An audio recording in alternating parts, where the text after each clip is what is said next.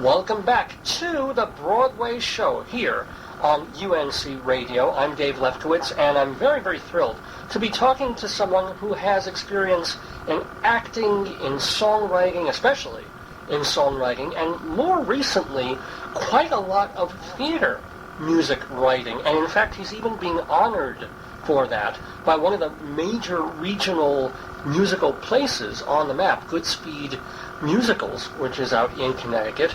His name is Paul Williams, and yes, he's that very Paul Williams, the guy who wrote Evergreen, Rainy Days and Mondays, We've Only Just Begun, The Rainbow Connection. Yeah, that Paul Williams. He is on the phone with us, and I'm absolutely thrilled. Hey, Paul, how are you doing? Oh, I'm really doing well, and I have to tell you, for all the very kind introduction with all my past, I have to tell you, in the world of the theater, I have the enthusiasm of an absolute beginner, because I kind of feel like that. You know, this award from the Goodspeed Theater is much appreciated, much loved, but I feel in some ways like I'm just getting started.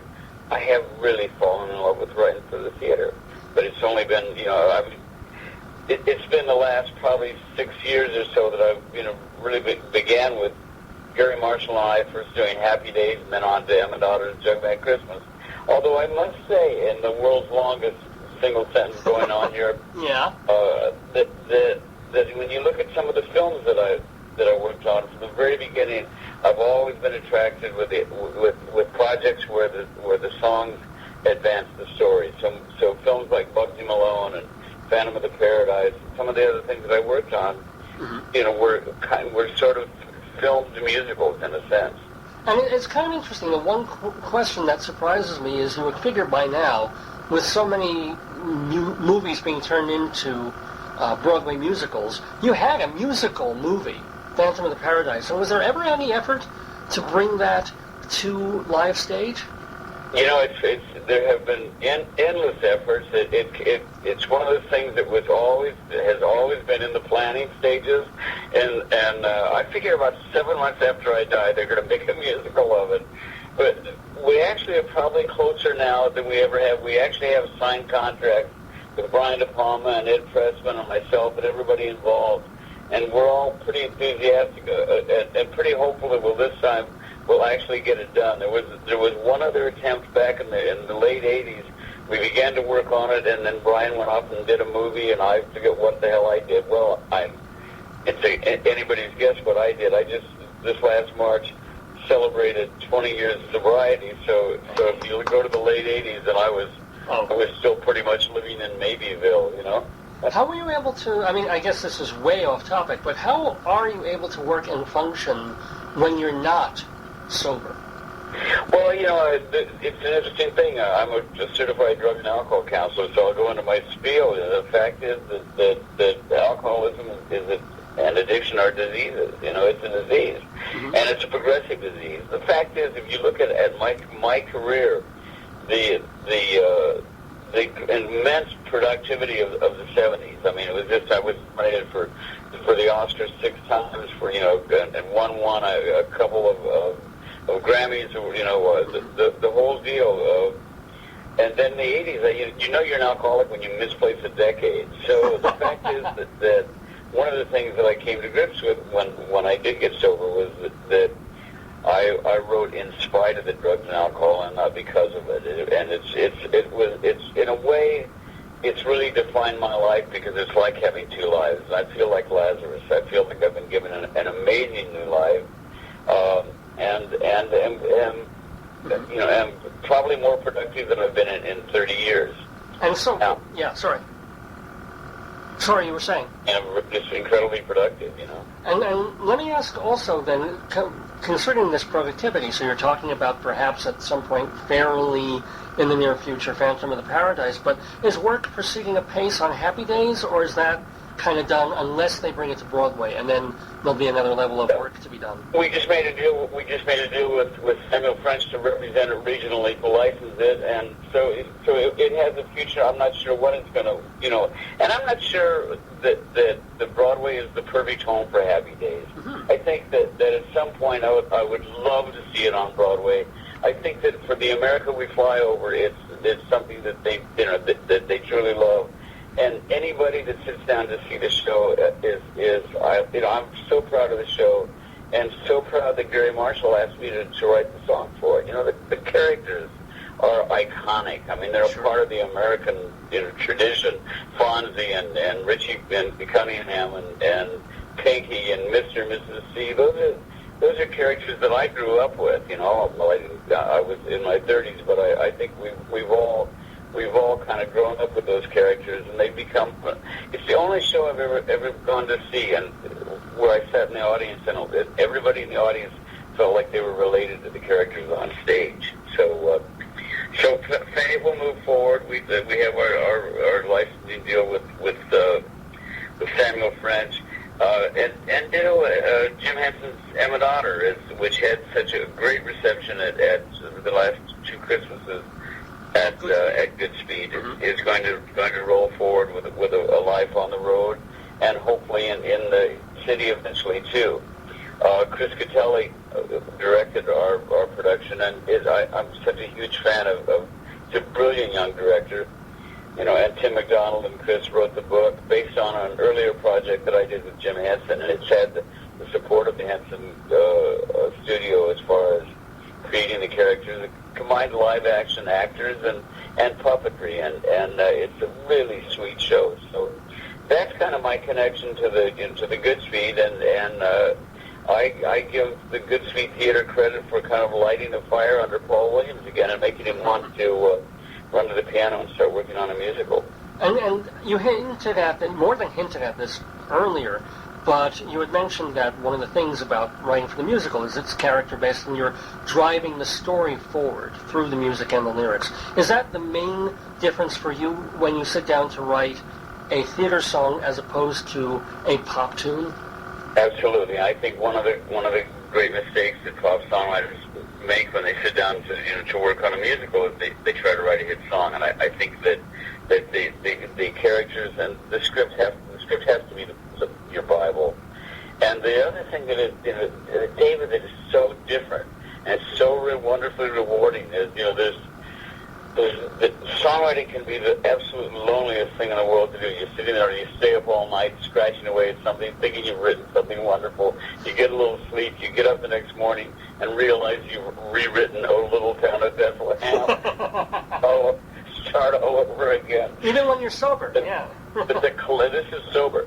But the collaborative effort of working in theater, and the main difference is you can write something that is wonderful on paper, and you sit down in front of an audience, and you can tell right away whether it's I've had some wonderful things that just didn't work, and I had some things that I thought were iffy that you were so surprised by an audience. It's the most wonderfully collaborative art form I've ever experienced in my life, and there's nothing like sitting in a darkened theater and watch an audience watch your show and learn from the audience, because they're the great teachers. Can I ask you what the first show was that you ever saw, be it on Broadway or maybe in Omaha where you grew up?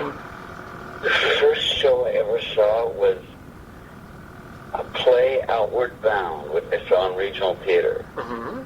And what else was I had seen the very first theater. I think it had to be in my early 20s. It had to be Little Abner. Yeah. And went, oh my God, am I perfect to play Pappy Yoko or what? And eventually I did it at the Albuquerque Playhouse years later. Isn't that great when a dream comes true like that? You get, you're a kid and you think, oh wow, and then boom. Yeah. Oh, it's wonderful, and it's wonderful because it's excessive. It's funny because I've had that experience of walking on a movie set and going, oh my God, I am living my dreams. There's the camera. There's Sir John Gielgud. There's Jonathan Winters. I am a part of this cast. I'm in the middle of that.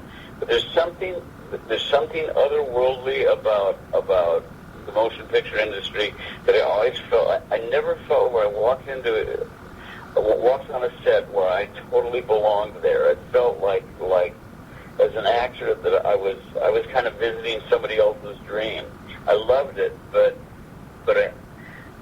the feeling of walking into a rehearsal and working with a cast and working with somebody like Gary Marshall or Alan Parker as on the musical Bugsy Malone, the same kind of a thing where you're really involved in the process and you find that there's this sense of family. It's just comforting. I'm sorry, I'm just absolutely. I love. When I ate meat, I ate a lot of meatloaf because it was comfort food, and I like that aspect of working in theater. I love that sense of family. And you have been doing, I mean, according to your bio, whether you can trust Wiki or not, you've been doing theater of some sort since high school. Did a bunch of that. You did regional theater for a while. I'm correct about this, right? They are correct. No, they're not correct about it. I did theater before when I started out as an actor, and I did some theater as a young man, but really turned to theater again with Happy Days. It was really the beginning. I will say that I had an amazing opportunity, which fortunately I did not do. I was cast at one point to play Truman Capote on Broadway in True. And I didn't think there was anybody in the world who was going to be better at it than me, but fortunately it was at a time of my life when I was still drinking, and I got drunk and I turned it down and decided I was going to go direct a movie instead. And the good news is, a couple months later I got sober, and the even better news is that they cast the brilliant Robert Morris, and he won the Tony for it. So. But didn't you come in there after? I mean, you're listed in the Internet Broadway database as having played that role. Yeah, and it's wrong. I did not play it. I never played True. Oh my gosh! Yeah, isn't that great? Well, I'm take it out of there a couple times, but it keeps creeping back in from some. Right, they did all the press on me playing it when I was going to do it, and once something gets on the internet, it's very hard to make it disappear. Yeah. And the other confusing thing on the internet, kind of threw me for a minute, is that there was a guy named Paul Williams who appeared in a 1939 musical called The Swing Mikado. I missed that one, yeah. Well, no, I thought maybe you were a little bit... Well, I really am. Well, damn it, David. Anything to yourself? No, that wasn't me. There was also an amazing architect named Paul Williams, and there was one of the Temptations.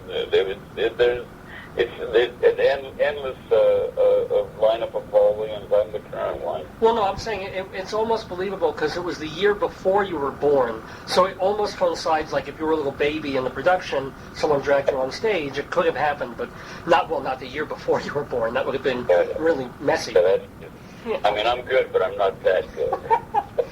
So, let me ask, do you have a favorite show tune? Like one that either you love or one that you learned a lot from? I have shows that I love. I mean, okay. Obviously, I'm a huge fan of Avenue Q. I think that there's more content in the first act of Avenue Q than about 16 other musicals around.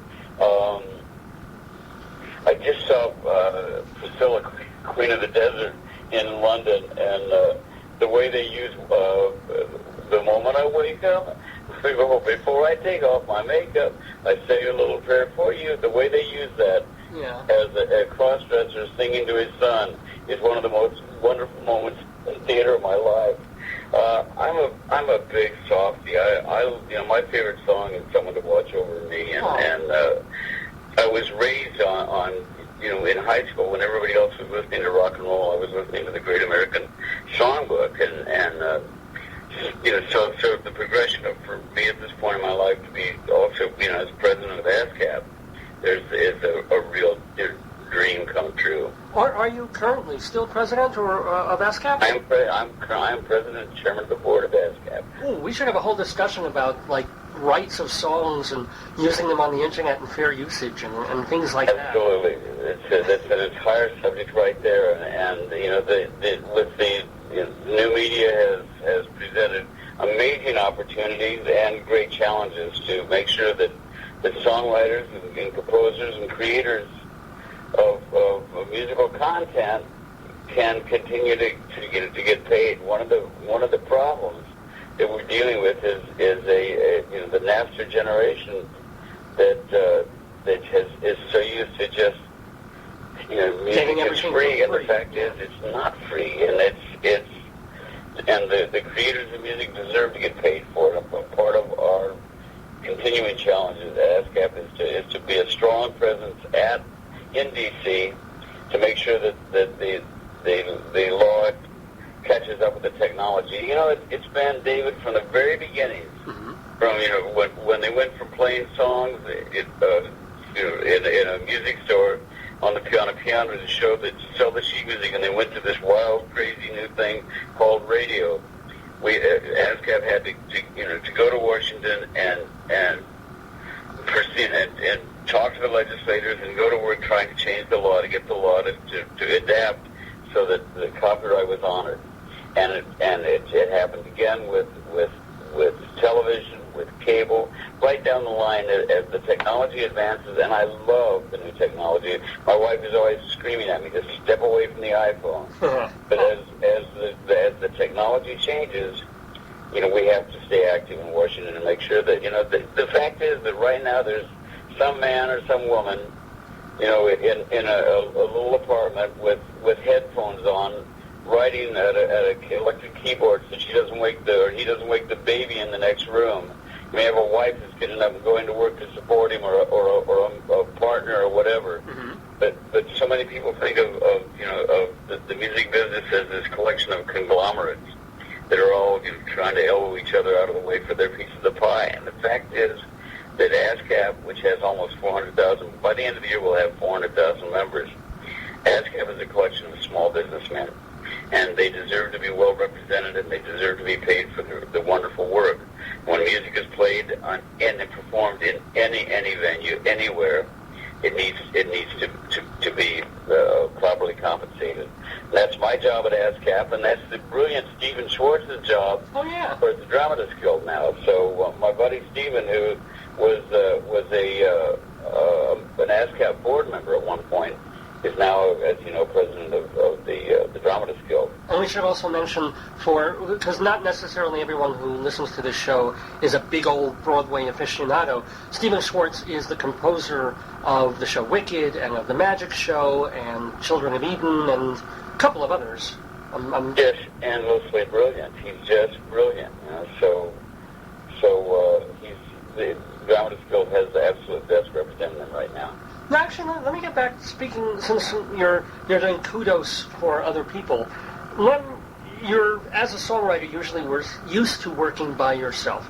So you sit down at the piano, you write a song for film, but if you're writing a musical like Happy Days, or if you go back and start really working again on Phantom of the Paradise, or whatever else, maybe you have another project on the table. What is it like working with a librettist? Well, I love it, and I think that's one of the things I was attracted to about writing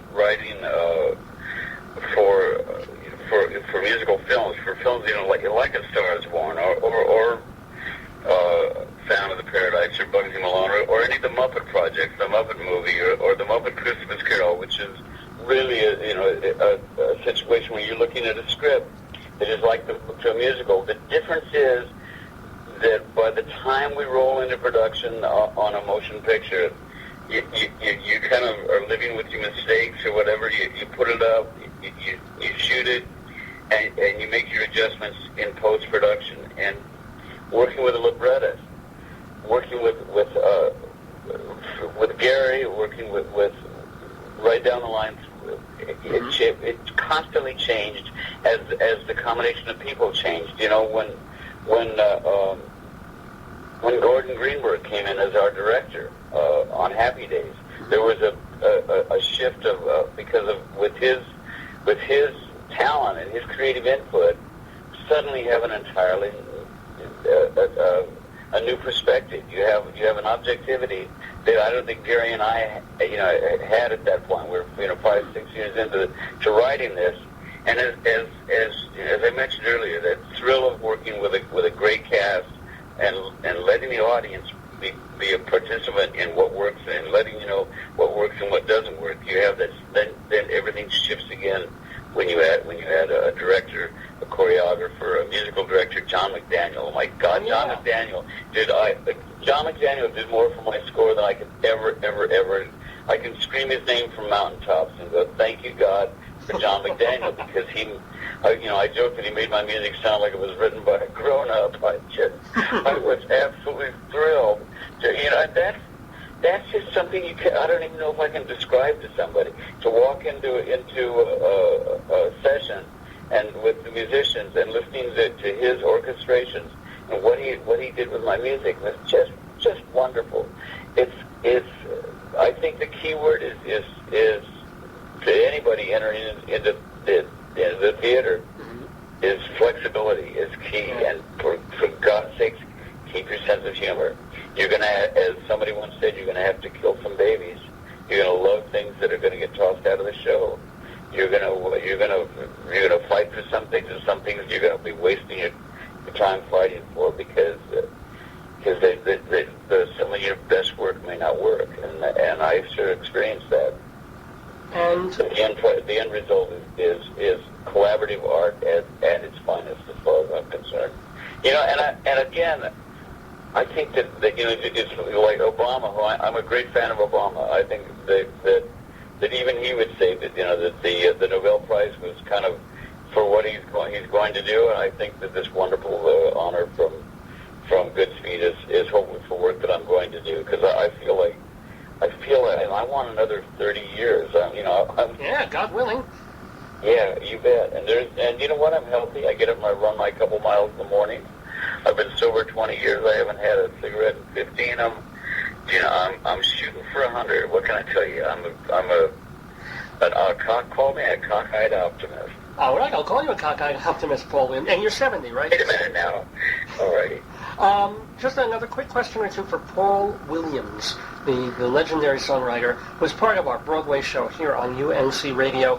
The Tonys are tonight, Sunday night, June 13th. Have you seen any of the shows? Have you been to New York to see some of the nominated plays or musicals this year? I'm totally and completely unequipped to answer that question, because I haven't looked at the list. I don't know what's nominated. I don't. The last show that I saw, actually I'll see Promises, which was not nominated, next week. You know what? I'd rather keep that to myself, because I'm not really prepared to answer that. I'm embarrassed to say. Oh, no, it's good. I'm just curious, like recent Broadway shows that you've seen. So you're going to see Promises. You've seen Avenue Q, which is now off Broadway. Right, exactly. I loved Chris's work on South Pacific. Oh yes. South Pacific is still running, by the way. It's running until, I think, either the end of June or the end of August. So it is. Yeah. So that's still up on Broadway for a little while longer if people want to see it. The show that I wanted to see in England, I wasn't able to get in to see, was War Horses, which I'm told is just brilliant. I think that's coming to New York, so... Yeah, I thought it was coming to Toronto for some reason. Maybe first. I have to look that up, like after we're done. But I think it sounds familiar, like it's something... The last show I saw, I think, was with Gandalf, what's the name of the title? With a vomit on stage, but it was great, it was brilliant. Oh, God of Carnage, maybe? God of Carnage, yeah. That won the Tony last year for Best Play. Won the Tony for last year. I think that may have been the last show I've seen, so... Okay, well then you have to see more theater. Now that you're a theater person, that's part of it. You've got to go, not just to New York, of course, but you've got to go wherever you are and see some more theater. Exactly. Well, but that's kind of an odd question. It's I know you're going to edit this, but not really, but okay. Okay. But no, because this has been really, really an absolute delight. And I guess my last question for Paul Williams would be, what is next? What is on your burner that you're working on, especially in either film or theater terms?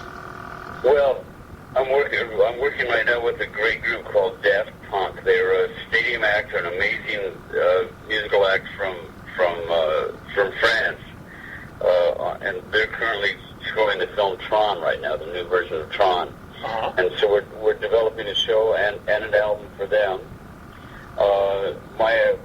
My wife and I are actually writing this show right now, and I don't want to talk about it at all, except to say it's for twisted children everywhere.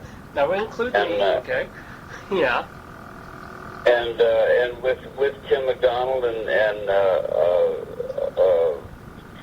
Chris Catelli, we're continuing to work on Emmett Otter as it takes off on its journey to the city and to the rest of the country. Well, great. Well, I mean, I've grown up with your work and your music. I remember seeing you on The Odd Couple. I remember seeing you on The Muppet Show. I wish we had time to tell one wonderful anecdote about your years, either in TV or film, or now working in the theater. One final happy or crazy memory. Oh, crazy memory. I did a movie called called Battle for the Planet of the Apes. Okay. One of my favorite pieces of film ever on me, or TV footage ever on me, was I did 48 Tonight shows. I actually remember 6. But one of them that I remember loving doing is I was playing an orangutan in full makeup on Battle for the Planet of the Apes, and I was scheduled to do Carson, and I went over, and nobody told Carson I was going to come out with the makeup on, but I did. I went on Carson with full orangutan makeup, sat down and sang "Here's That Rainy Day" with a cigarette and a drink at a little table with a check tablecloth. Walked over to Carson and had what may have been the most comfortable interview I've ever done in my life. Carson said, "No, this is makeup for a movie, isn't it?" I said, "No, this is 9 months of nothing but banana daiquiris." And it was one of my favorite times ever. On walking into the studio with Michael Caine, saying hello and being so excited to work with him on the Muppet Christmas Carol, teaching him the songs for Scrooge. I said, "It's a delight to meet you." And he said, "Are you out of your mind?" We spent a weekend together in London. We went to the White Elephant. We've been gambling together and the like, and I didn't remember it all. So if I don't remember a piece of my past, I've got a really good reason for it. In the meantime, we went to work, and he did an amazing job playing Scrooge. Well, that's exactly the kind of... I wish we had a half hour just to talk about that kind of stuff. That would be... You know what, David, we'll talk again sometime if you'd like. I'm enjoying it, and in the meantime, I'll come back and I've seen a lot more shows this season shows or next, and we'll talk about it. That's a deal. That sounds great to me. Ladies and gentlemen, I want to thank so much for taking the time with us today on this Tony night. The very, very special, very talented, and yes, 30, 40, 50 more years for Paul Williams. Hey, bless you, Dave. Thanks. Have a great one. Bye-bye. Thank you.